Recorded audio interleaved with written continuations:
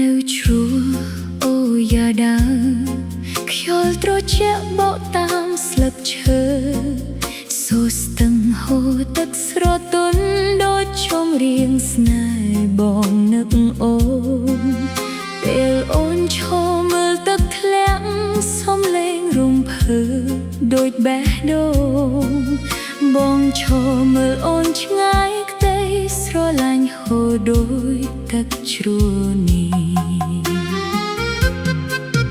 ពន្លឺថ្ងៃលិចប៉ះលើទឹកធ្វើឲ្យអូនស្រស់ដូចពន្លឺមាជុំហានដើរអូនទុនទុនដូចចង្វាក់ប៉ូឡេរ៉ូរំលេងទឹកជ្រោះហូរមិនឈប់ដោយបេះដូងបងមិនឈប់ស្រឡាញ់បងសង្ឃឹមថាស្នេហ៍យើងនឹងនៅជាមួយសូរទឹកជ្រងនេះអូទឹកជ្រោះអូយ៉ាដាសូរទឹកធ្លាក់ដោយចង្វាក់បេះដូងបងស្នេហ៍នៅជ្រោះនេះ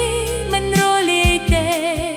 ទោះខ្យល់បក់ឲ្យត្រជាក់យ៉ាងណាអូនជាទឹកជ្រោះស្នេហ៍ហូរចូលក្នុងចិត្តបងរៀងរាល់ថ្ងៃ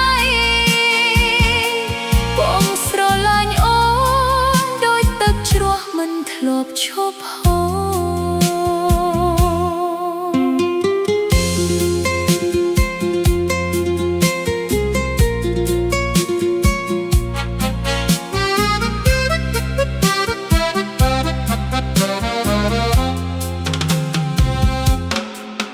ពេលយើងដើរតាមផ្លូវក្រហម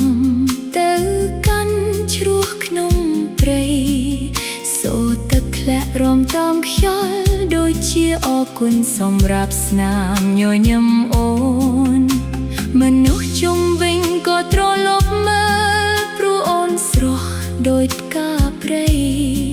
បងគ្រាន់តែសង្ឃឹមថាស្នេហ៍យើងនឹងនៅជាមួយជ្រោះនេះជារៀងរហូតអូទឹកជ្រោះអូយ៉ាដាជាស្នេហ៍ដែលបងរកឃើញនៅថ្ងៃនោះសូរទឹកធ្លាក់នេះដូចចំរៀងស្នេហ៍ដែលអូនផ្ញើ